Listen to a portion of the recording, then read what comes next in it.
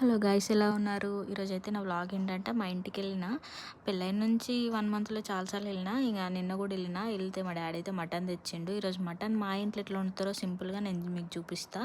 First అయితే మటన్ని మంచిగా clean చేసుకోవాలి. తర్వాత మటన్లో ఉప్పు, కారం, పసుపు, అల్లం వెల్లుల్లి పేస్ట్, ఆయిల్ వేసి కలిపి పక్కన పెట్టుకోవాలి. ఒక హాఫ్ అన్ అవర్ అట్లా పెట్టుకున్న తర్వాత ఇక ఆనియన్స్, పుదీనా, కొత్తిమీర తెంపి పక్కన పెట్టేసుకోవాలి. తర్వాత కుక్కర్ పెట్టేసి దాంట్లో ఆయిల్ వేసి హోల్ గరం మసాలా మొత్తం వేసేసేయాలి. తర్వాత ఆనియన్, పచ్చిమిర్చి వేయాలి, పుదీనా కూడా వేసేసేయాలి.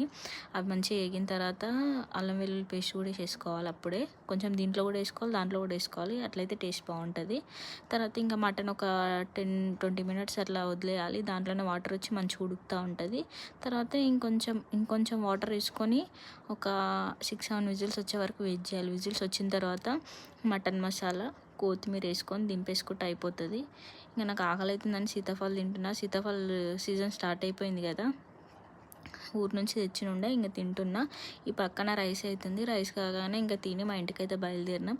వచ్చేటప్పుడు మా ఇంటి దగ్గర చెరుకు తెచ్చిన, చాలా ఇష్టంతో తెచ్చుకున్నాను తినాలని. కానీ అదైతే ఎందుకో స్వీట్ లేదు. చెరుకు అంటే నాకు ఇష్టం.